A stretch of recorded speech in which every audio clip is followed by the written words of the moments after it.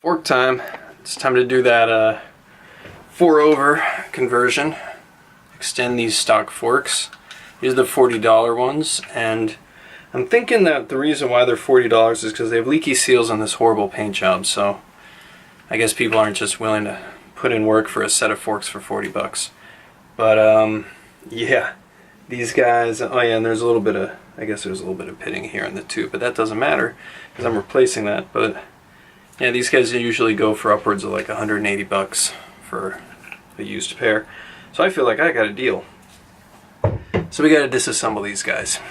And I already did one just so I could get all the nonsense out of the way and be able to be at least halfway decent at taking these guys apart. Because I had to make two tools to make this work. First one is for the top cap here. These are old style, as they're called, XS650 forks. And in order to get it off, you need to weld a, I don't know what size bolt this is, but if you put bolts on there, you'll figure it out. I had to weld it to a socket so that I could spin it off. The other ones have like a cap type, and you can just put like a 17mm socket on it, and that's the end of it. And also I had to make this tool for holding the thing that the bottom nut screws into. I had to make this little guy. It's a 17mm socket that I cut those little teeth right there.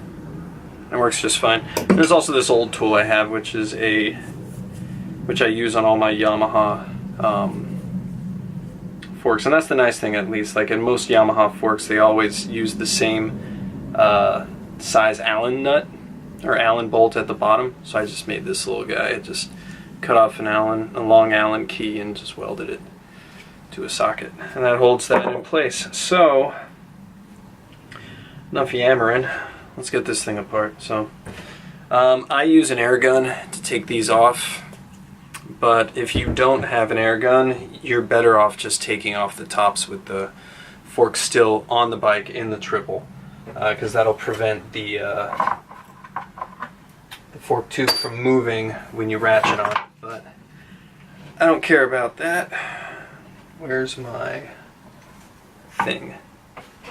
Where's my stuff in the things?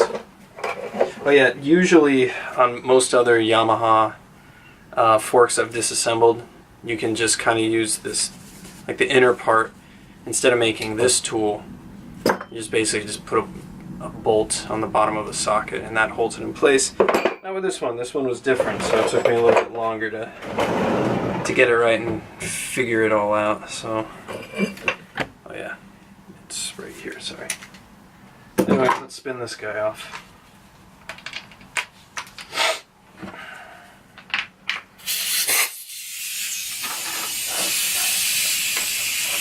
If you don't have access to air tools and a welder, you might as well just take it to a shop. This is an enormous pain in the ass.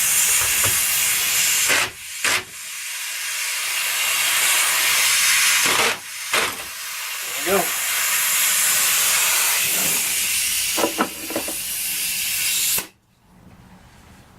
Cool. The disassembly goes like this. There's the top nut there, spacer,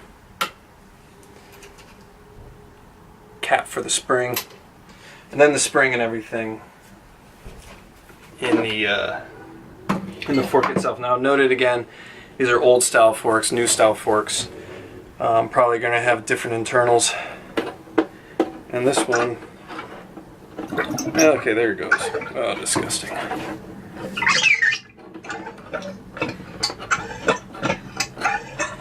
Yeah, if you don't pump this, you will get fork oil on you at some point, so make sure you do this for a while and get a oil catch can that always breaks like mine. It really helps the process. I'd say I got pretty much all of it. So there's always going to be a little bit of oil on the spring itself, so just so that it's not dripping all over the place. Just gonna, don't you fall on me. Thank you.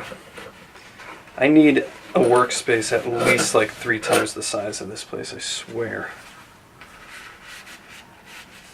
Okay, spring.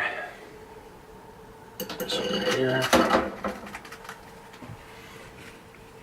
And let's just pump this a few more times and see if there's any more goodies in there for me.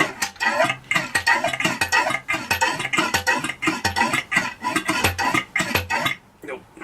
That's about all of it. There'll always be more though. Okay, onto the vise. So what I'm going to try and do here is hopefully spin off the bottom nut or the bottom bolt without having to hold the center. Now sometimes you can do it, sometimes you get lucky. I don't think I'm going, actually, you know what, screw it. It's probably not going to work, so I'm just going to do it the right way. Oh, these things are stuck. I got to take the cap off here. Can I get off with my finger? Am I strong enough? Yes, I am. Who needs a socket when you got big muscles? There we go. Alright, there's that. Before I forget. Cool. This guy goes in the bottom. Holds the nut in place. Actually, I'm going to do it a little weird. You know what? Screw it. I'm going to hit it a few times with the air just to loosen her up a little bit. Couldn't hurt, right?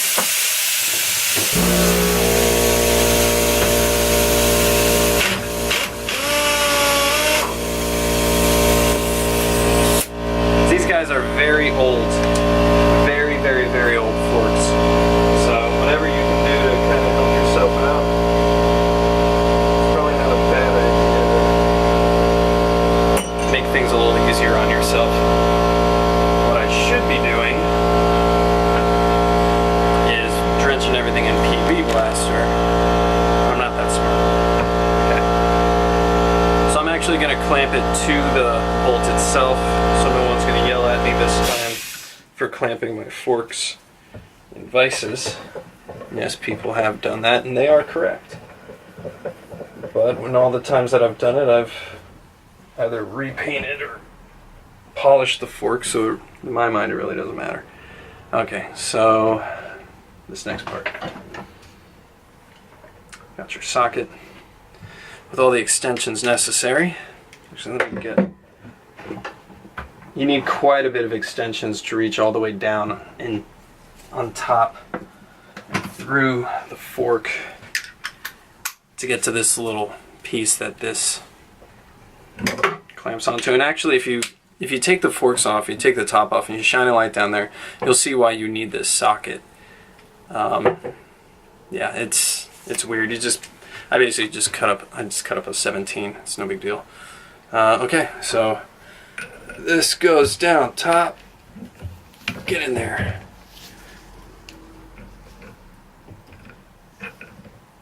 Clearance issues. Okay, I got it. I said I got it. I said I got it. I got it. Okay. Let's turn this guy around a few times. Make sure that he's seated. I think I might have gotten it loose enough. Let's hope. Yep, I got it.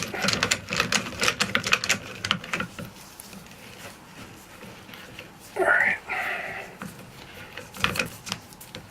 You'll know you're doing it right if you start seeing a little bit of oil start to come out of the bottom of this thing.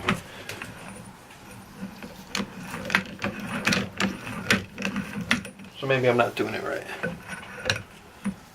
Find your home, buddy. Come on.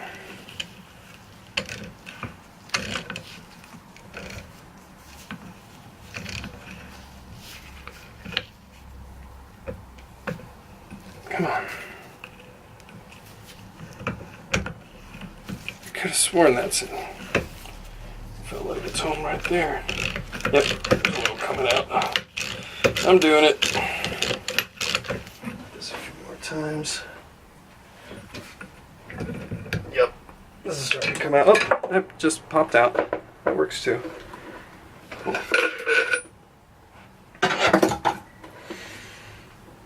Where'd you go, buddy? There you are. There's the bottom bolt. Save that. And then there is a copper washer in there.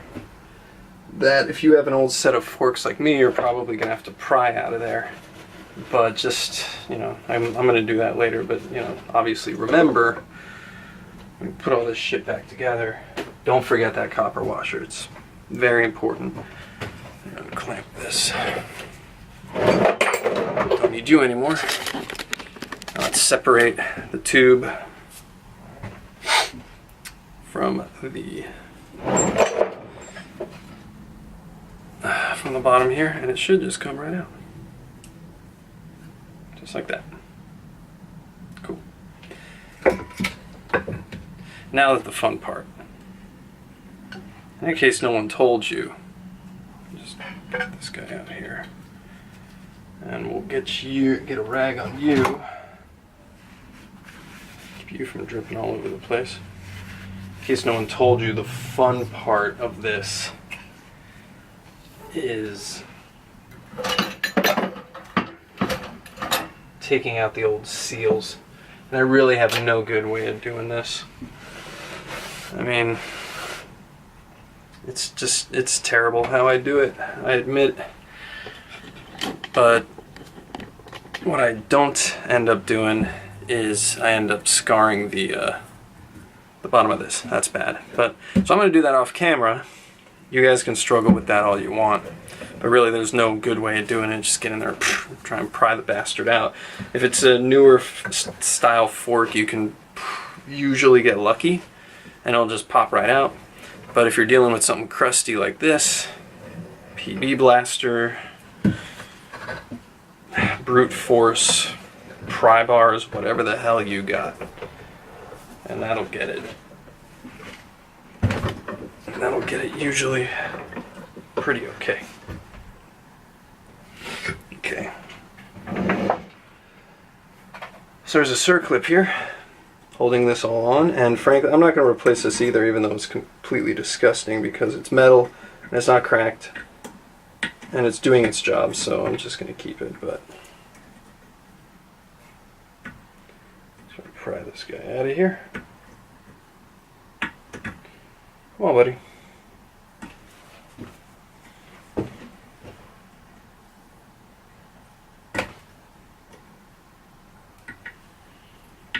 When I got these forks, they didn't have the dust cap on them, so these forks are in even worse condition. Or the seal and all this stuff is in even worse condition than it should be. Need a little razor blade on here just to get some of the crud out. We should free it up a little bit.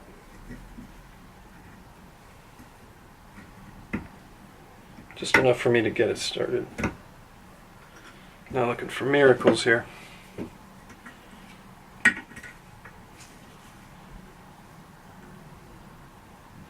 If I have to hit this guy with PB, I will. And I don't wanna. I'll try a bigger prying stick.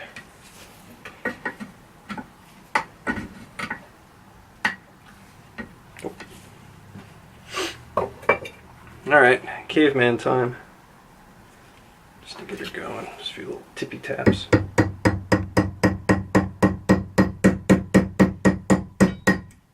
Just trying to loosen it up, unseat it. There we go, that worked.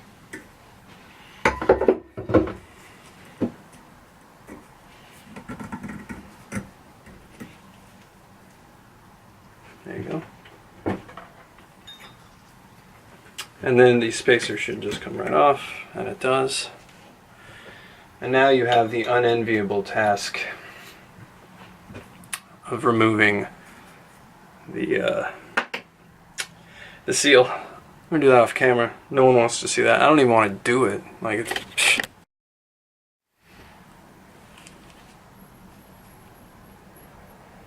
disgusting. Cool. Oh, damn, this thing's hard as a rock. Okay, so the only other thing to know about disassembly is that there's a little guy usually hanging out at the bottom of the tube here. Right here, this little guy. Don't forget him. And that's it. As far as disassembly goes, these guys are ready to be cleaned up. What I'm going to do with these is I'm going to strip off all the old paint, and then I'm going to polish them. And hopefully I can just get it done with my my polishing wheel over here. Make it easy for once, but the other way to do it is the way I did it before, which is using like a wire wheel and then just like hand sanding it down, but hopefully this can take care of that. So on to stripping these guys. Can you see me? Kind of. Let me see. That's better. Okay, so I stripped the paint pretty well off this one. This one has to go through and get stripped again, because it's, you know, still pretty caked on there. So I'll get to that one, but I put it on my buffing wheel just to see kind of what results I would get just buffing it, and unbuffed, buffed. It's pretty mirror right there. So nice. This won't take me too long to do then. Nice and shiny. This one's all done, polished up, and just to kind of show you the shine against something that is actually like chromed or, you know, super polished. Here's a fork tube, and there's the fork lower, and pretty polished up. Now I did want to demonstrate something while I was out here, just to kind of prove a point, or not to prove a point, but just, you know, want to show you something. Put you down here. And that is that, I'll do it down here.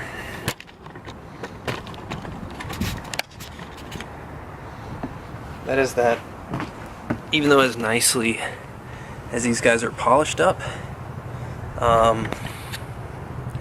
you might be able to look at them and see, once you're done polishing, I used my my wheel and some black polishing compound on here to get them like this, but you might take it off the wheel and look at it and be like, it kind of looks a little hazy. Well, that's because there's still polish on here. Now you might say, well, you know, I went over it with a rag, did all this other stuff, I know I got it all off. Well, did you? Because here's just a regular blue cloth, nice and clear, and we're just going to wipe it down. And hopefully I'll be able to show you, because I already did this for a little while, but I just want to show you that even if you think you got it all, you didn't. You can see that. Is that black stuff on there?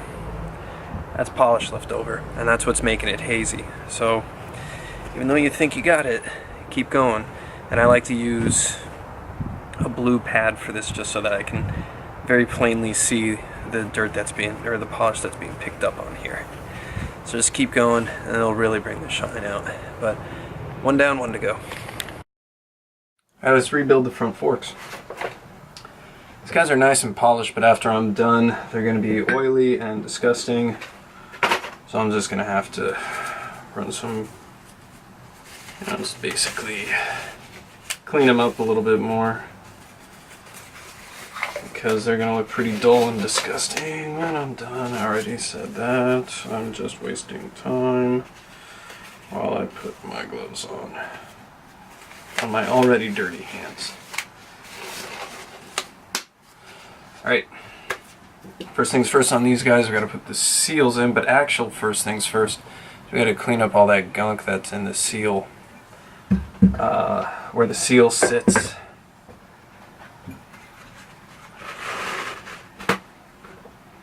Get all that crap out of there.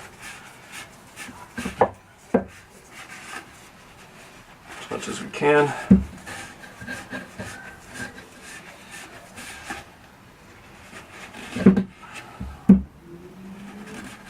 Cool. safety's sake, use a little bit of Scotch-Brite here to try and clean up the surface a little bit better. And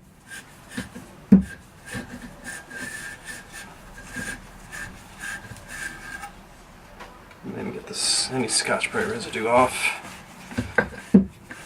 My towel again. And that looks just about as good as it's going to get. Now here comes the point where everyone complains about how I put the forks together. I don't have a seal driver. So what I'm just going to do is I'm going to use a axle nut, which is 32 millimeter, and I'm just going to hammer down on it ever so gently to get the seal in place. And bitch and moan all you want. This is how I've done it for a long time. I've never had an issue. So, deal with it. I'm riding it, you're not.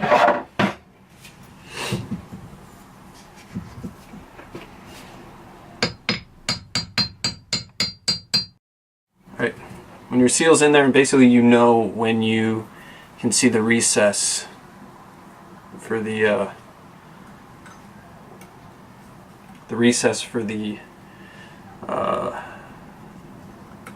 circlip here. Just get that guy in there. And just make sure that the ring is seating in there. And if it isn't, you're not done driving the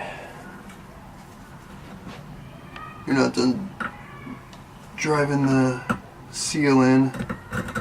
I think this one's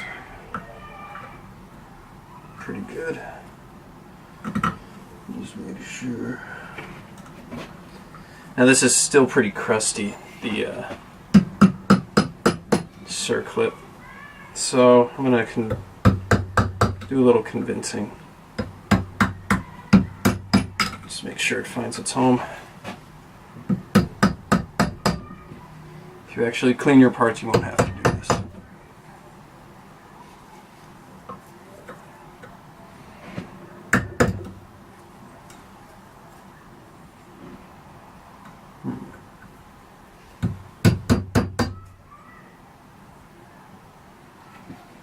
Just make sure we're okay here.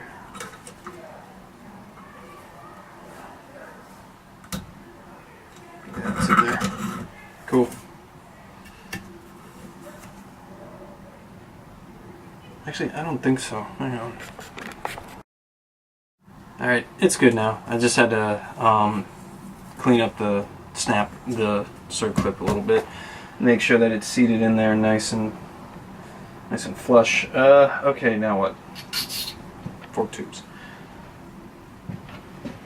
Now keep in mind, what I'm doing is for the old style forks. The new style ones probably gonna be a little bit different.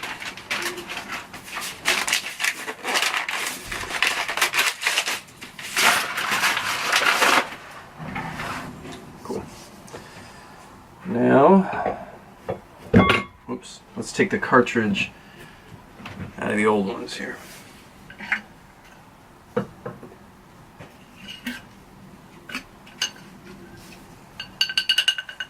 on, buddy. There we go.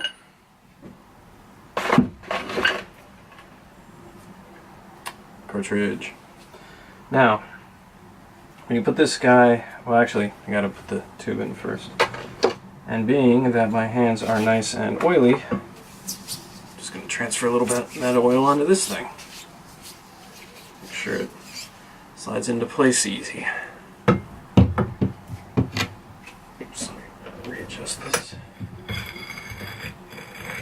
There we go. Oh yeah, and it goes kind of without saying, but there's a little taper here. That faces down. The screws on the top of the tube, they go up. So that's what you screw into, obvi. Now, next thing to go in is the damper. whatever this rod is, whatever you actually call it, goes in all the way down. And actually, sorry, I went out of line a little bit here. You have to fish the bottom of this out through the fork here so that you can take this little guy and stick it on the end.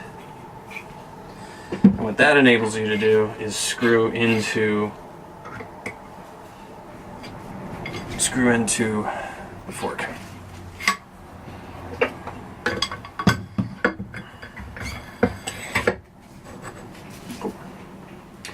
Now the fun part, which I doubt I'll be able to show you. Or maybe I can. I don't know. Let's find out.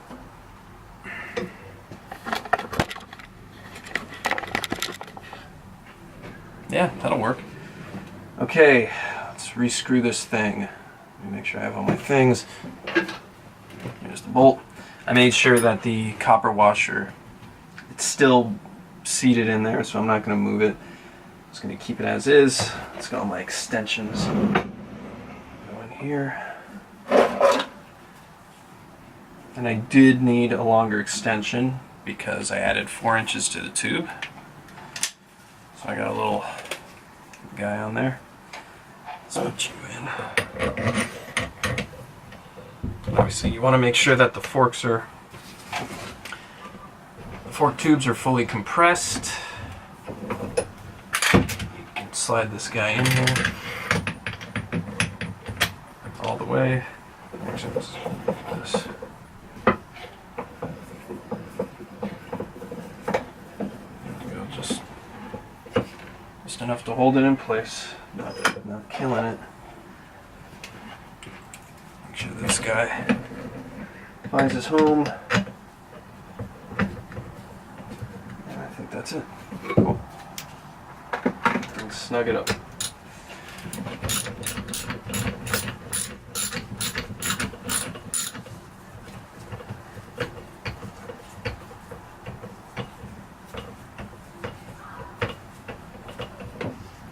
Cool. Alright, now we gotta torque it. Torque wrench out. It's already set to the correct torque for this guy, which is 15 foot-pounds or 14.7 if you want to be pedantic, but it's 15 pounds.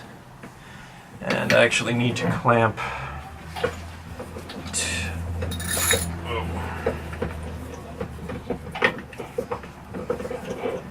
lower here.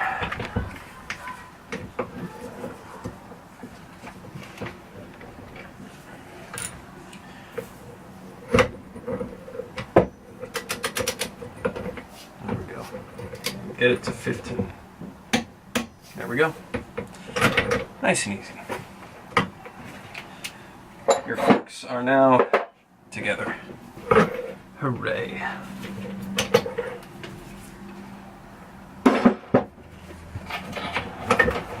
Alright. Oh, let's get you out of here. We don't need you anymore. Special tool. Do this a few times, make sure that your fork seal is seated and it's not popping out. Yep, we're good. Alright, let's add some oil. Fully compressed fork, obviously, is what you want for this. Just get this guy in here.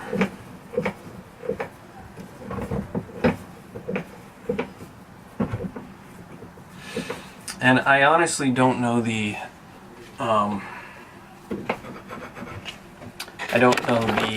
exact model of these forks, so a good way to just kind of ballpark it as far as fork oil goes is just put 7 ounces in. That's usually a pretty good mid-range, so that's what I'm going with.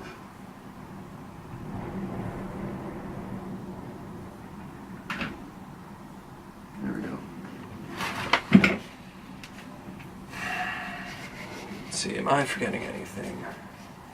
No. Alright, in you go.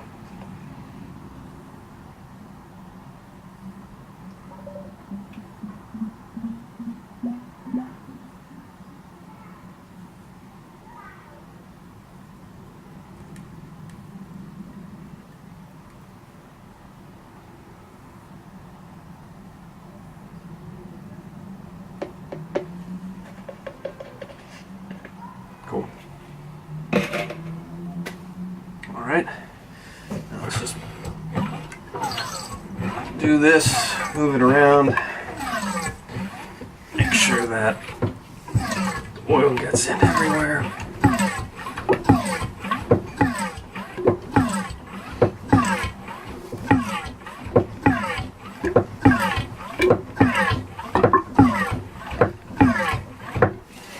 Alright, let's add the spring. We can actually fully extend these guys for these next bits.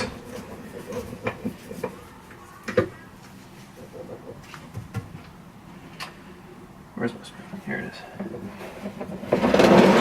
The spring now goes in, tight coils facing down. And before I forget, this little top cap.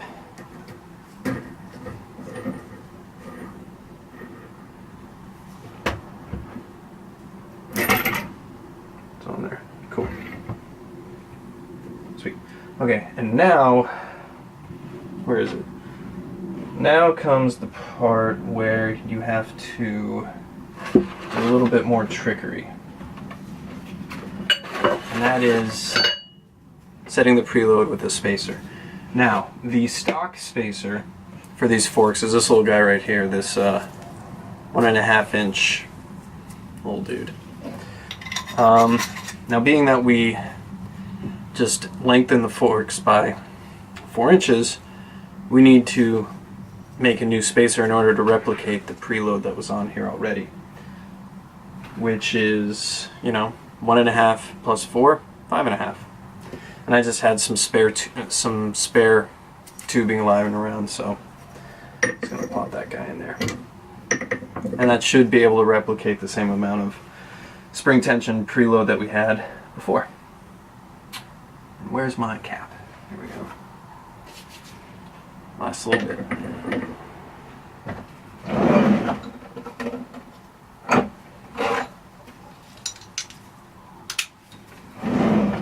Using our same cool little tool. Get this guy started. There we go.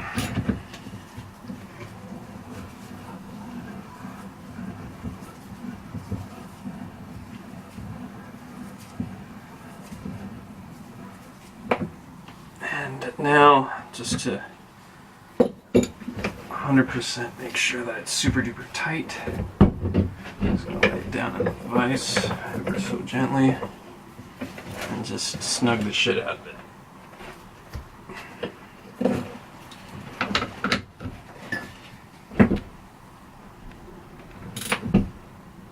Okay, that's good. I don't even know if there's a torque setting on these top guys. I think it's just torque the piss out of it until it stops moving. At least that's what I do, and it works out just fine. Ta-da! Here's your new forks.